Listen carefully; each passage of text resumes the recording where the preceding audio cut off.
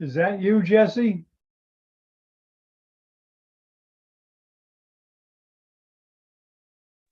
No, no.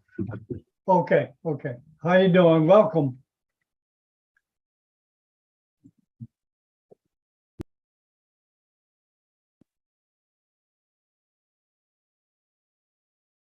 We start in about 40 minutes, okay?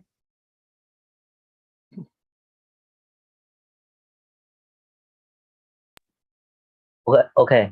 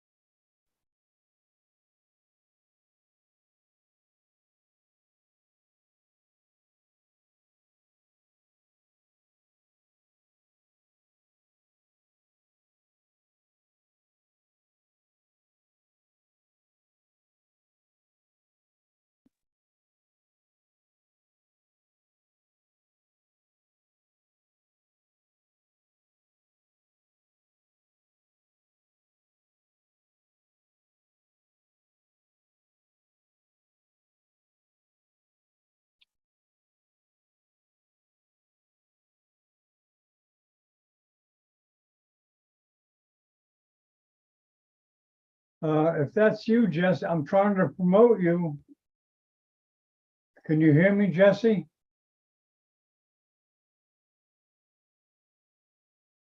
Okay, I think you're in there. Hello, Jesse.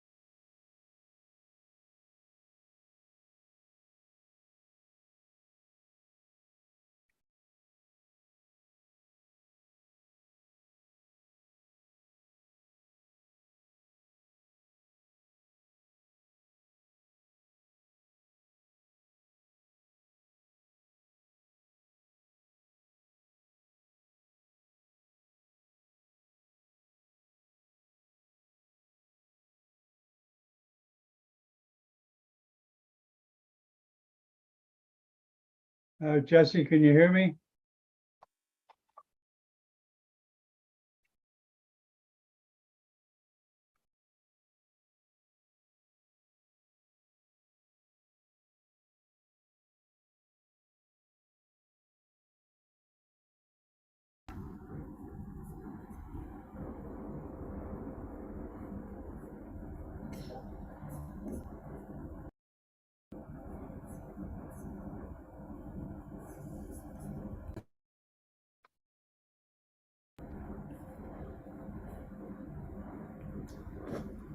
Hi, John. Could you set me as the Jesse, how you panelist? doing? Can you hear me okay? I can hear you. Okay, good. Yeah. Thank you. How you been? Oh, great. I just removed my wisdom teeth, so it's kinda couldn't speak very loudly. But I will try my best.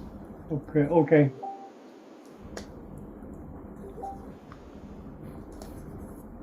Could you please set me as the panelist? Yes, of course. Okay. I was Thank you. just talking to Victor. Yeah. Hold on.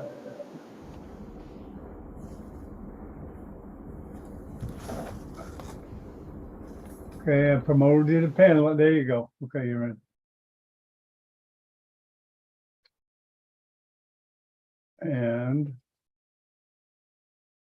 And now.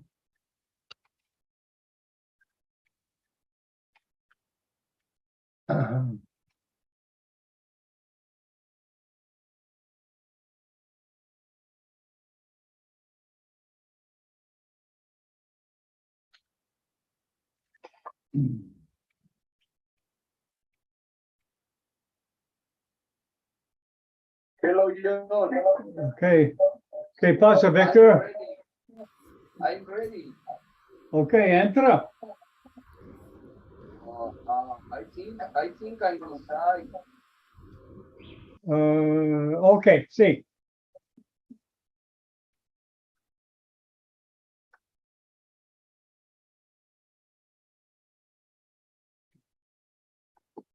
Okay. Sí, tú estás adentro. Hello, John. Hello, Jesse. Jesse, Yeah, hiya. say hi to Victor.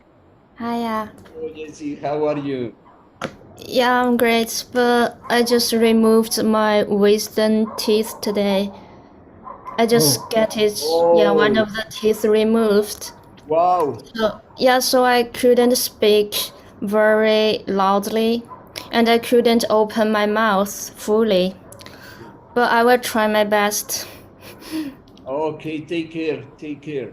Yeah. I would appreciate it if you could slow a little bit. Okay, no Yeah. problem. Yeah, see, this is what I like, communication. Yeah, thank you. Right, Victor? Yes. Communicate. Yes. Okay, we have a few minutes here. So Jesse, I haven't had a chance to look at the email yet that you sent because I asked some questions. Oh, yeah. You can check it later on. Yeah, I'll check later on. Are you in the office now of Medtion? Or are you home? Oh, I'm at home right now. Can you work from home or you have to go to the office? We have to go to the office. Big office? Big office? But now now it's already 8 p.m. in China. So I went home. Oh, okay. Okay, Ben's here.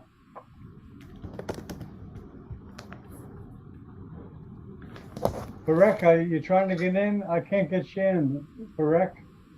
Hashad? Can you hear me, Hashad? Okay, you're coming in. Okay, there you go.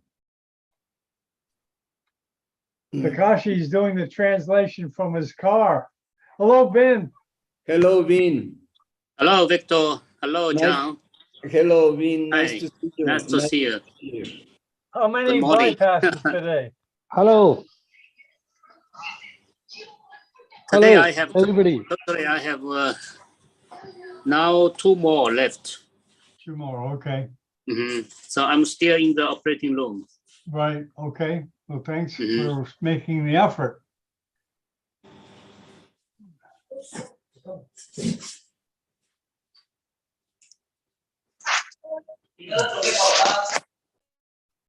Hi, Professor Bin.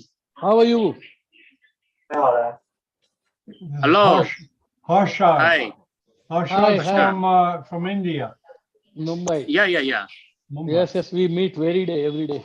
Yeah. Okay. So it seems you are very busy with your bypasses. Yes. He's not How done many you yet. finished He's today? not done. Today I have 11. 11. Oh my God. Yes. Wonderful. Oh my God. And he still has time for a neuroanatomy lecture. You are breaking your own record of Guinness Book. Incredible, amazing, Amazing. Professor Binshu. Amazing, really amazing. Thank you. Alhamdulillah. Okay, Victor, you ready to start? Yes, John. Okay, 10, 9, 8, 7, 6, 5, 4, 3, 2, 1. Good morning from Miami Beach. This is Dr. John Bennett of Neurosurgical TV here on the beach. And we have a series of neuroanatomy lectures done by world-renowned neuroanatomist Victor Hugo Perez, a dedicated professional in neuroanatomy. And he has great models which are translated through all languages. And by the way, we are being live broadcasted by Jesse, the translator, and also Takashi, the Japanese translator. And this has really been organized by Ben. And we welcome Ben. How are you doing today, Ben? Fine. Thank you, John. And thank you, Victor. Okay, Victor. Go ahead, Ben. Yeah. Yeah, let me just tell today's broadcast is the broadcast number 5, vertebral basilar artery, correct, Victor? Yes, correct. Okay, Victor, it's all yours.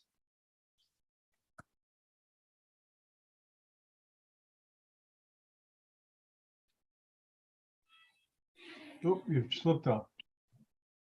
Okay. Is it okay? Yeah, perfect. Okay, thank you. Thank you to all of you, especially Dr. Binshu. For me, it's a great honor to be here with all of you. Thanks, Dr. John Bennett and all the panelists. So today I'm going to talk about vertebrovascular complex. So Albert Roton defined this magic number in cerebellar arteries. He said that the 3 cerebellar arteries bear a consistent relationship to the superior cerebellar artery, anterior inferior cerebellar artery, and posterior inferior cerebellar artery. The 3 parts of the brain stem, midbrain, pons, and medulla. The cerebellar peduncles, superior, middle, and inferior, and also the fissures between the brain stem and cerebellum. These are cerebellum mesencephalic, cerebellopontine, and cerebellum medullary, and the surfaces of the cerebellum, tentorial, petrosal, and suboccipital. Each neurovascular complex includes one of the 3 parts of the brain stem, one of the 3 surfaces of the cerebellum, and one of the 3 cerebellar peduncles, and one of the 3 major fissures between the cerebellum and the brain stem. These are the 3 cerebellar surfaces described by Dr. Albert Roton. These are the cortical surfaces divided on the basis of the structures they face. The first surface, the tentorial surface, faces the tentorium and is retracted in a supracerebellar approach. The second surface, the suboccipital surface, is located below and between the lateral and sigmoid sinuses, and is exposed in a suboccipital craniectomy. And the third surface, the petrosal surface, faces forward toward the posterior surface of the petrous bone and is retracted to expose the cerebellopontine angle. This surface, located below and between the lateral and sigmoid sinuses, is the most complex of the three surfaces. Operative approach to the fourth ventricle and most cerebellar tumors are commonly directed around or through this surface. The lateral walls of the incisura are formed by the medial aspects of the cerebellar hemispheres. Deep clefts, the vermohemispheric fissure, separate the vermis from the hemispheres. Petrosal surface.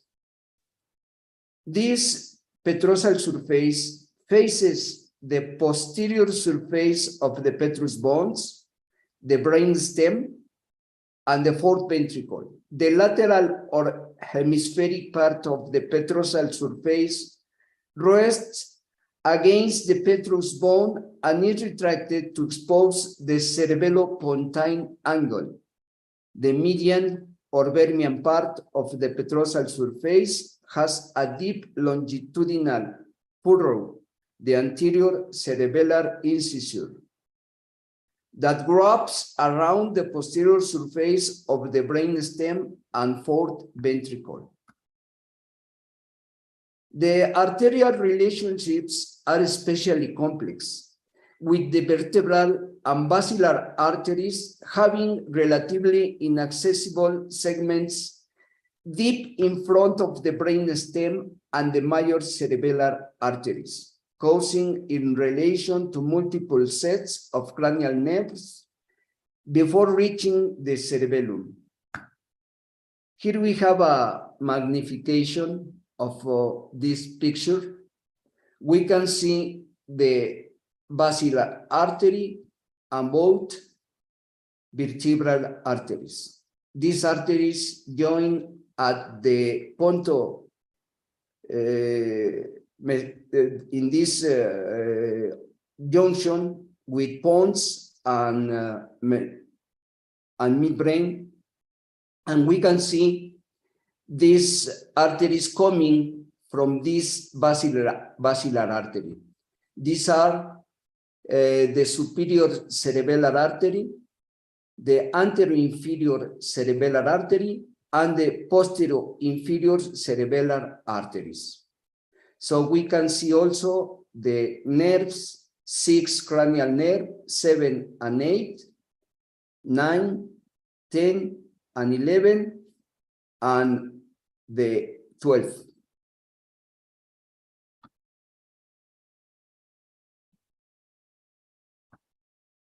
Cerebellar arteries.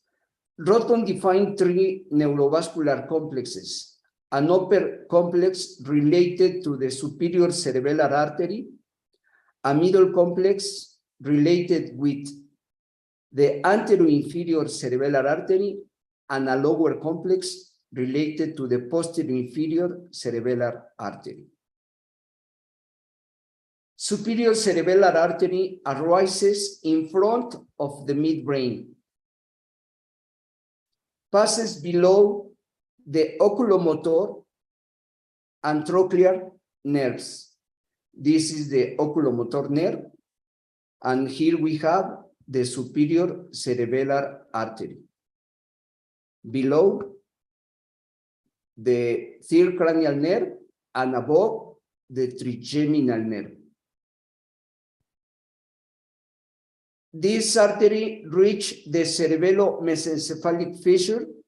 This is cerebello-mesencephalic fissure, cerebello and mesencephalon, where it runs on the superior cerebellar peduncle and terminates by supplying the tentorial surface of the cerebellum. This superior cerebellar artery has 4 segments: anterior and lateral pontomesencephalic arteries, the cerebellomesencephalic, and cortical. The anterior pontomesencephalic segment is located between the dorsum cellum and the upper brainstem. It begins at the origin of the superior cerebellar artery. Here is the beginning of this superior cerebellar artery, and extends below the oculomotor nerve to the anterolateral margin of the brainstem. Its lateral part is medial to the anterior half of the free tentorial edge. This is a magnification of this picture where we can see the oculomotor nerve, the posterior cerebral artery, the superior cerebellar artery in its first segment, the pontomesencephalic antero portion. Here, this one.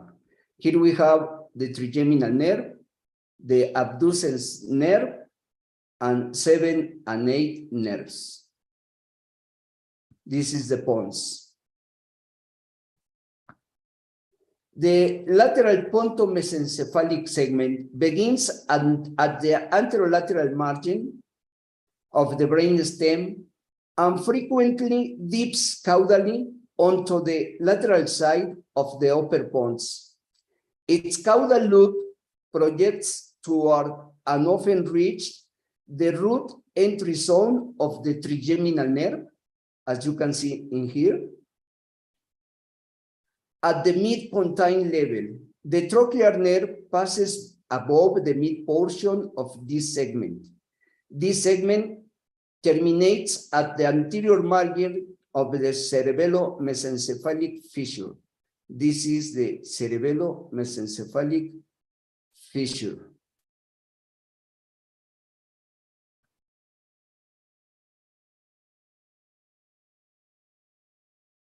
Trigeminal nerve and this lateral pontomesencephalic segment of the superior cerebellar artery. The cerebellomesencephalic fissure. The cerebellomesencephalic segment courses within the cerebellomesencephalic fissure. Here we have the cerebellomesencephalic fissure.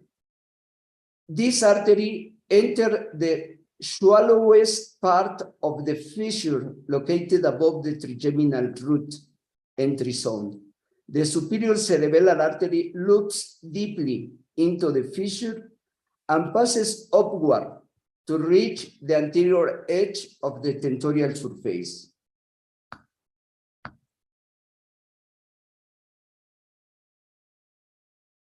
Here we can see in more detail the description of this artery.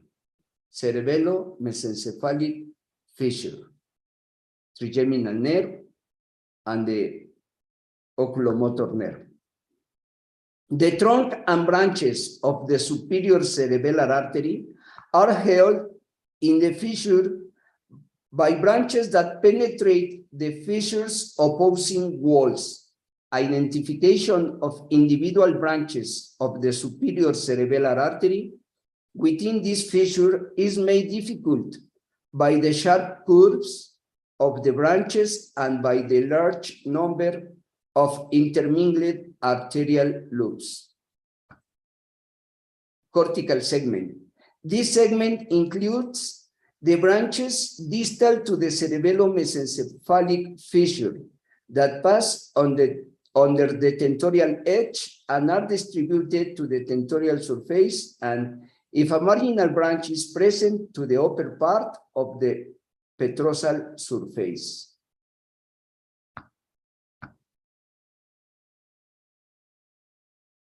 Here we have the posterior part of the cerebellomesencephalic fissure. We can see these intermingled loops of this segment of this superior cerebellar artery. This is really beautiful to see this part of this superior cerebellar artery.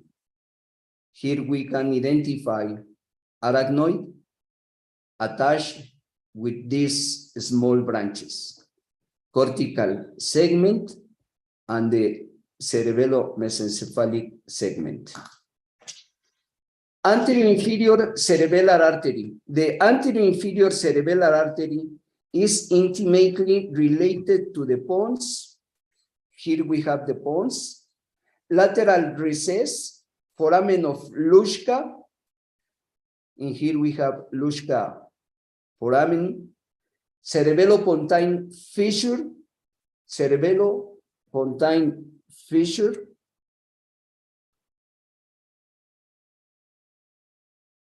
Middle cerebellar peduncle. Here we have middle cerebellar peduncle and petrosal cerebellar surface. Here we have vertebral arteries, basilar, superior cerebellar artery, anterior inferior cerebellar artery, and posterior inferior cerebellar arteries coming from vertebral arteries. And this, in here we have the anterior spinal artery.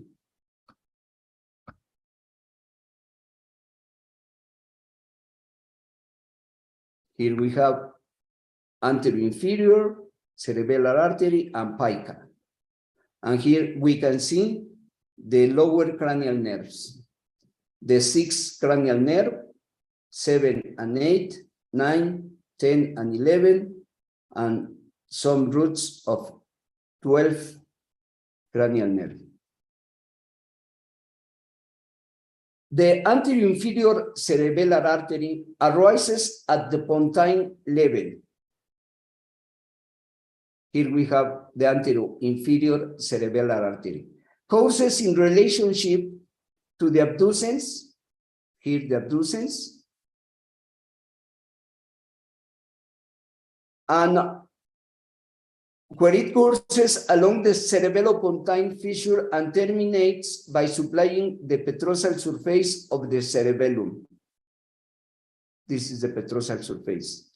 The ICA originates from the basilar artery, usually as a single trunk, and encircle the pons near the abducent, facial, and vestibulocochlear nerves, after causing near and sending branches to the nerves, entering the acoustic meatus and to choroid plexus protruding from the foramen of Luschka. This is choroid plexus protruding through the foramen of Luschka.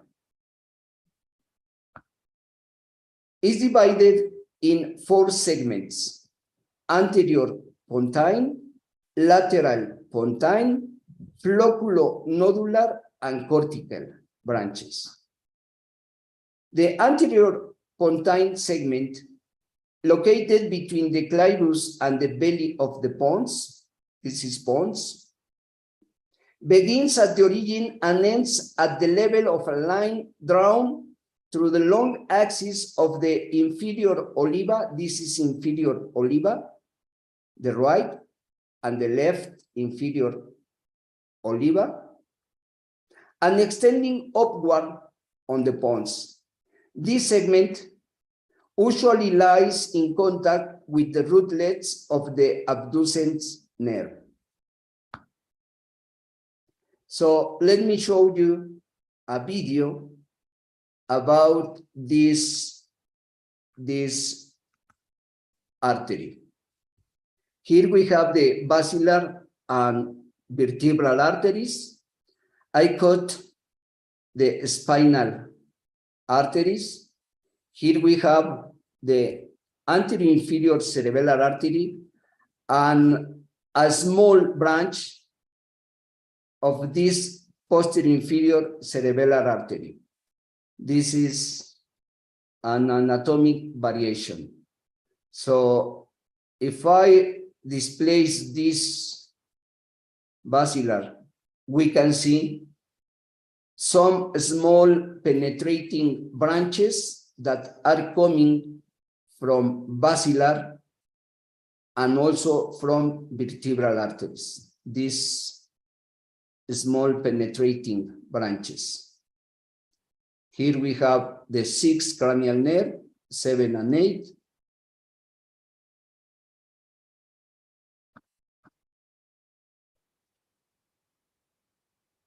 The lateral pontine segment, this segment begins at the anterolateral margin of the pons and passes through the cerebellopontine angle. Here we have the cerebellopontine angle, or between the facial and vestibulocochlear nerves, and is intimately related to the internal auditory meatus. This segment is divided into pre-meatal, meatal, and post-meatal parts. These nerve-related branches are the labyrinth artery, which supply the facial and vestibulocochlear nerves and vestibulocochlear labyrinth.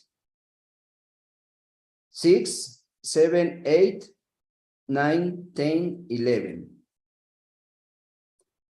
In these pictures, we can identify an hypoplastic vertebral artery. The right vertebral artery is hypoplastic. And the left is continuing with the basilar artery. And here we have 2 anterior spinal arteries in front of the oblongate medulla.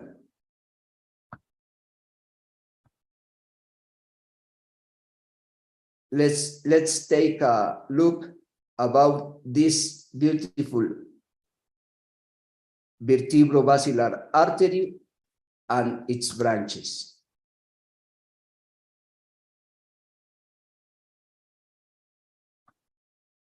Flocculopeduncular segment.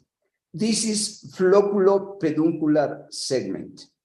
This segment begins where the artery passes rostral or caudal to the flocculus to reach the middle cerebellar peduncle and the cerebellopontine fissure. Here we have the cerebellopontine fissure. This is the flocculopeduncular segment.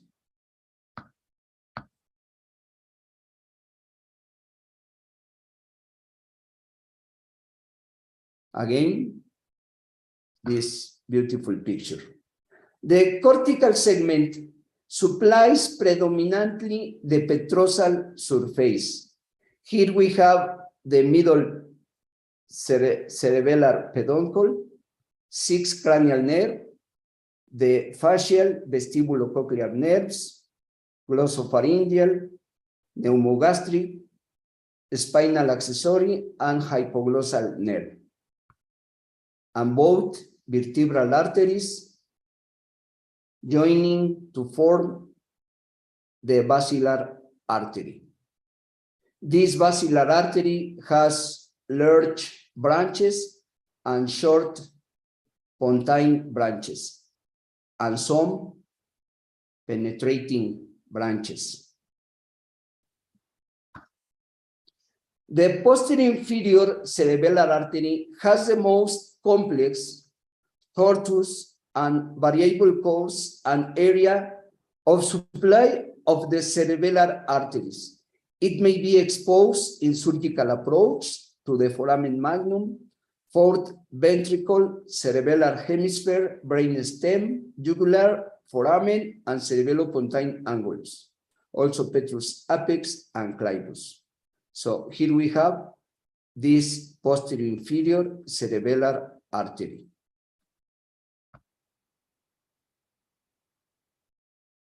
The oliva the hypoglossal nerve, and here we have the other lower cranial nerves, vertebral artery. By definition, this artery arises from the vertebral artery near the inferior olive and passes posteriorly around the medulla at the anterolateral margin of the medulla. It passes rostral or caudal to or between the rootlets of hypoglossal nerve, and at the posterolateral margin of the medulla, it causes rostral to or between the fila of the glossopharyngeal, vagus, and accessory nerves. After passing the later nerves, it courses around the cerebellar tonsil and enters the cerebellomedullary fissure and passes posterior to the lower half of the roof of the fourth ventricle.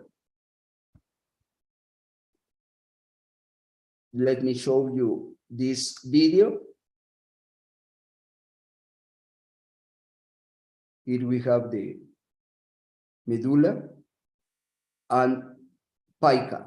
This is posterior inferior cerebellar artery.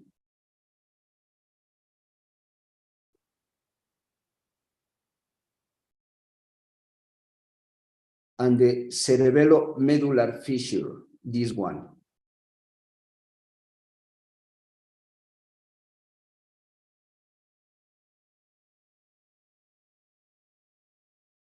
These are some small branches, vertebral. These are spinal nerve.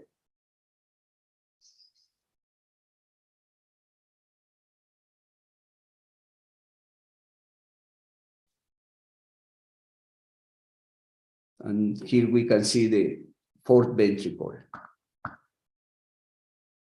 The pica has 5 segments: the anterior medular, lateral, tonsillomedular, telobellotonsillar, and cortical.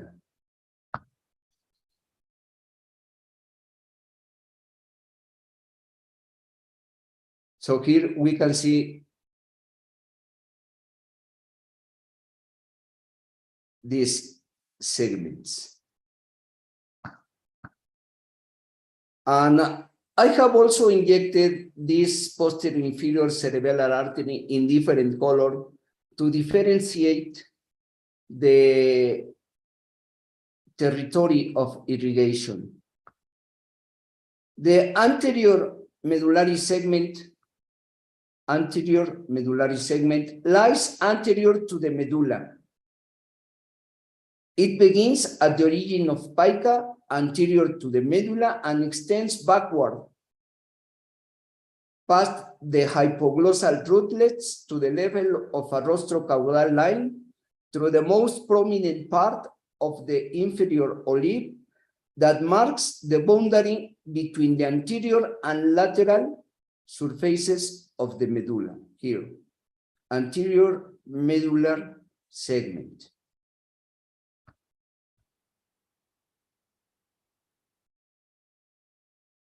The anterior inferior medular segment. The lateral medullary segment begins where the artery passes the most prominent point of the olive, this is olive, and ends at the level of the origin of the glossopharyngeal, vagus, and accessory rootlets. This segment is present in most picas. Its course varies from passing directly posterior to reach the glossopharyngeal, vagal, and accessory rootlets, to ascending and descending, or passing laterally or medially to form one of more complex loops in the cistern on the side of the brain stem before passing between these nerves.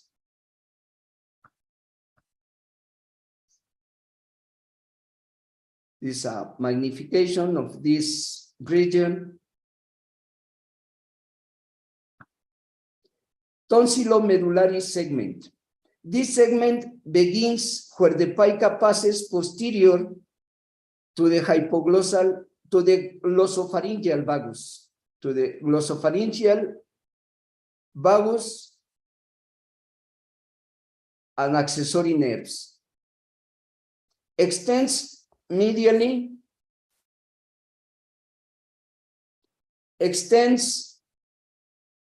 medially, across the posterior aspect of the medulla, near the caudal half of the tonsil. Here we have the tonsil. It ends where the artery ascends to the mid-level of the medial surface of the tonsil. The proximal portion of this segment usually courses near the lateral recess and then posteriorly to reach the inferior pole of the tonsil. The telovelotonsillar segment, this is the most complex of the segments. It begins at the mid portion of the picas ascent along the medial surface of the tonsil toward the roof of the fourth ventricle and ends where it exits the fissures between the vermis, tonsil, and hemisphere to reach the suboccipital surface. The cortical segment begins where the trunks and branches leave the groove between the vermis medially and the tonsil, and the hemisphere laterally, and includes the terminal cortical branches. The bifurcation of pica often occurs near the origin of this segment. The cortical branches radiate outward from the superior and lateral borders of the tonsil to the remainder of the vermis and hemisphere. Let's look at this video. Here we can see the trajectory of this pica, cortical segment, telovelotonsillar segment. Here we can see this anterior spinal arteries. I am cutting these small branches to displace this vertebral artery.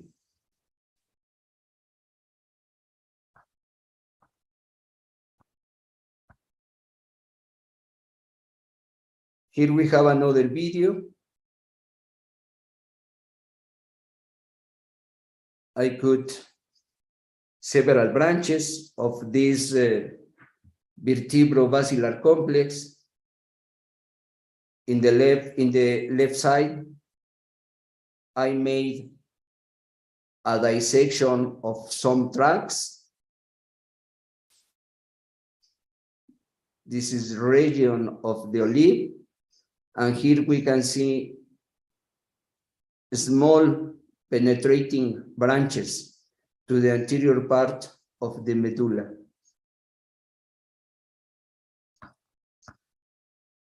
And here we have the anterior spinal artery. If you inject these small arteries, you can differentiate the arachnoid with these very small branches.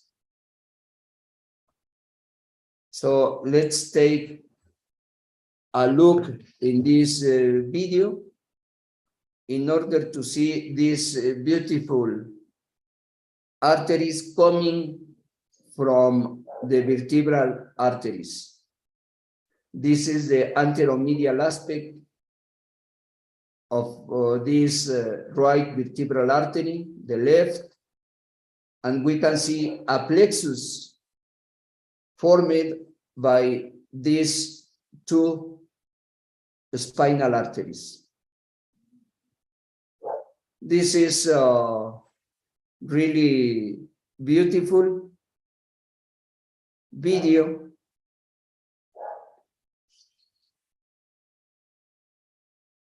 to look this plexus formed by both anterior spinal arteries and also by some branches coming from the vertebro-basilar junction.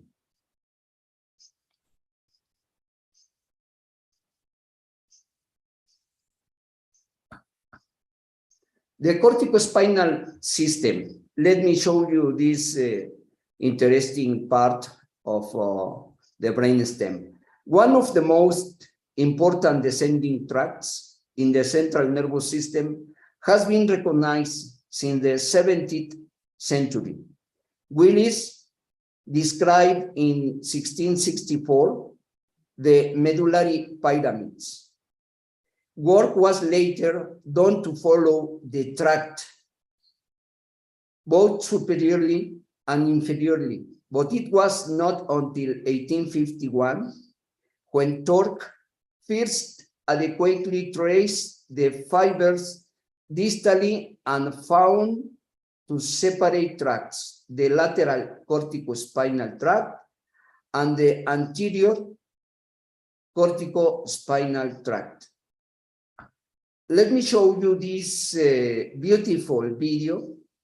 It was the first time that I dissected the corticospinal tract, and it's very, very interesting. Acusación de las pirámides. This is the accusation of pyramids. Here we have the corticospinal tract. Look direction of these fibers. Some of these fibers crosses to the opposite side. Almost 90% of these fibers crosses to the opposite side.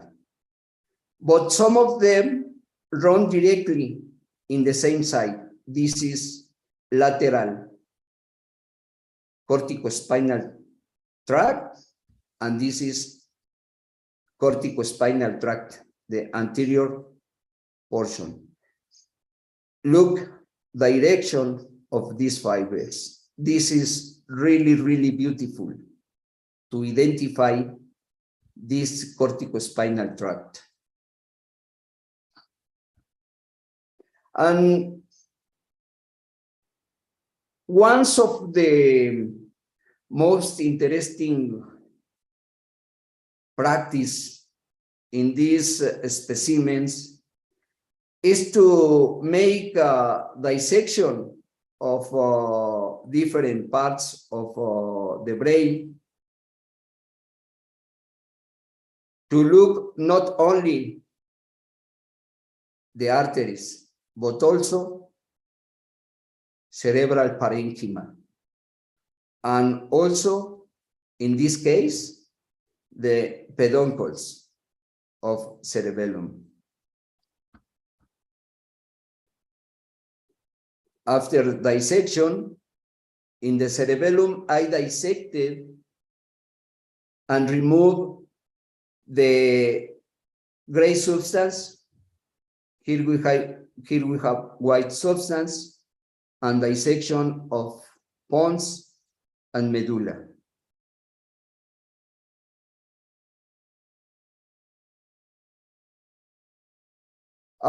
Just to look the importance of this complex vertebro-basilar artery, this was a female, 41 years old, with a history of hearing loss in the left side with progressive neurological deficit. She developed neurological deficit as dizziness, walking, and swallowing difficulty. So we identified this big or giant tumor, a meningio.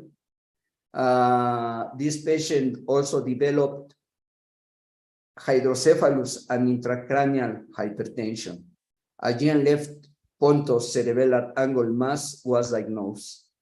Peripheral facial paresis, decreased left gag reflex, and left-sided cerebellar symptoms. A retrosigmoid craniotomy was performed with subtotal removal and lower cranial nerve functions preservation. Only transitory peripheral facial paralysis. This was the incision, and after the craniotomy, at least 1 hour to enter because the high intracranial pressure in posterior fossa. Retromastoid surgical approach lasts almost 10 hours. So we have to be very careful with this kind of tumors in order to preserve function. Posterior cranial fossa meningios constitute 9% of all intracranial meningiomas. So I am very grateful with Dr. Juha Hernesniemi. This is a picture that he showed in one of his multiple lectures. And here I am with some giants of neurosurgery, Vinko Doleng, Juha Hernesniemi. This was at second Shaolin International Neurosurgical Conference. I have had the honor to be there in almost 3 occasions. Thanks, Dr. Binshu, for inviting me to give this lecture. This is the last slide. Thank you very much to all of you. Thank you, Victor. Go ahead, Ben. Go ahead. Yeah. Thank you. I learned a lot from you. Thank you for your very informative presentation. I think especially the last chapter, this is really important for the posterior fossas, both for the tumor case and the vascular disease. It's very important because almost all the small branches can cause some very fatal result if it's blocked or some coagulated. Thank you. Thank you. Mm. Okay, very good. Harshad, do you have any comments or questions? Yes, Professor Victor, another masterclass you have shown today. Brilliant anatomical discussion and beautiful dissections and superb demonstration of all the branches. I just had one question, if you can help me out. What is the relationship of the basilar artery trunk with the clivus? And if you are doing a transclival approach for some kind of a tumor which is anteriorly placed and near the basilar, what precautions do you take when you are doing transclival approach endoscopically? Because this is something which people are doing nowadays. So what is the relationship of the clivus and the basilar artery? Well, Yes, it depends of direction of the approach. If you approach to the middle part, you can go through pons and the middle part of the basilar artery. The basilar artery is located almost in all cases in the middle, but sometimes this artery has a tortuate direction. So sometimes you are not going to see directly the basilar artery because some tortuous direction of this artery. If you go to the inferior part, you can go to the junction of vertebral basilar junction, and the upper, you are going to see the upper segment of the basilar. As I said, Dr. Albert Roton defined 3 magic numbers, as he said. the magic numbers. The superior cerebellar, the middle cerebellar, and inferior cerebellar, and that is related with the fissures and also with the three different and main arteries coming from vertebrovascular complex. So it depends where are you going to work. For especially, for example, in chordomas, is very important. Your question is very important because if you go through some giant chordomas and you are going to make a resection of this tumor, you should be you should know this complex of vertebrovascular arteries. Thank you, Harsha. Thank you, Victor. You have shown wonderfully and the relationship of cranial nerves with the brainstem, with this all these arteries and perforators. Wonderful demonstration, worth learning. And Thank you. we all learn, as Binzu says, I have learned again. Beautiful, beautiful. Thank you, Victor. Keep it up.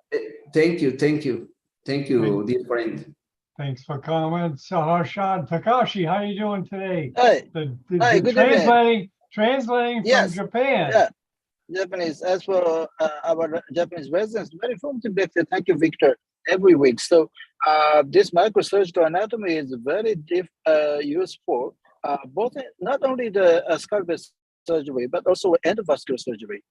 We encounter this kind of VA dissection these days. So perforator injury is very harmful to the patients. We have to be very careful to manipulate those arteries. So we learned a lot from this lecture, and some of my colleagues and some of the residents are very informative lecture. So thank you, Victor. Thank you. To doing the next week. Yeah, Takashi, can you tell the people where you're from and where you practice? Yeah, several some of my residents. So with my residents, because I am now I'm driving in the car. So but I'm helping some other line, use line, so group line or group messengers. So we are telling several young Japanese neurosurgeons. Very good. I guess you can tell I'm sharing the screen. This is a translation from China. It's an excellent, the best website on the internet, medtion.com. It's the best website for neurosurgical videos. They're so advanced, and we're glad they're being translated. And Victor, you see the numbers there, right? Yeah, yes, amazing. 6,566. Now that's not from today. That's from the other broadcasts too. So yes, it's going up, Victor. It's like stock. Yes, thank you, Jesse. Thank you so much. I know that you have a teeth take. Wisdom teeth, yeah. I think you was operated yesterday. So thank you so much. You did a great effort to translate this lecture. Thank you very much. Yes. He works even if sick. That's good. That's a good worker. Okay, any more comments or questions from the panel? There's Ahmad from Afghanistan. Would you like to say a word, Ahmad? Just say hi. I don't know if your cameras were you're set up there. Thank you. Are you there, Ahmad? Does anybody else want to say hello? Oh, that's okay. Victor, John, can I ask one question to Victor? Go ahead, Harshan. Victor, if there is an aneurysm arising from the superior cerebellar artery to the basilar junction, what do you suggest from your anatomical brilliant knowledge the one should approach from? Excuse me again, Harshad? Aneurysm from superior anterior inferior cerebellar artery to the basilar junction. Yes. What should be the best approach you will advise to? Well, I think that you can make a suboccipital retrosigmoid approach for those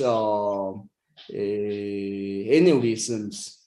I think this approach are the best. It depends also if some, especially in old patients, the basilar artery elongs, this artery elongs. So it depends where are you going to find this aneurysm. Another good approach is the subtemporal transpetrous, anterior transpetrous approach. As Dr. Kawase defined, you know that Dr. Kawase did the field surgery for clipping an aneurysm coming from the middle segment of the basilar artery. So this approach is also very good, the anterior transpetrous approach. Thank you. Right. Thanks. Thank you, Victor. Thank you. Okay, Stephanie from Bolivia, do you want to ask Victor a question or say hello? Are you there, Stephanie? She just mentioned she may have stepped away. I don't know if she's still here. Victor.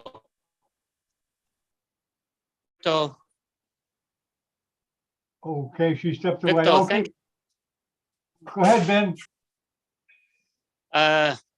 Thank you again, Victor. I have to wash my hands and doing my last bypass. Thank you again. Okay, good luck, Ben. Thanks for coming by. Thank you. Thank you. Thank you. Thank you, Ben. We are looking forward for more videos of yours. Okay, Thank very you. good. Okay, Victor, very good. Okay, Thank we have you. one more webcast, right? Next week, the 6th one, right? Yes, Okay. yes. What's Thank the you. title? What's the title of that last one? Is a arteries and veins of the spinal cord. This is Okay. very interesting lecture. Thank you so much. Okay, then we'll see you next week. And thanks, Harshad, and thanks everyone else for participating. Thank you. Thank you. Thank you. See you next week. Thank you. Thank you. Thank you, Takashi. Thank you. See you Bye-bye.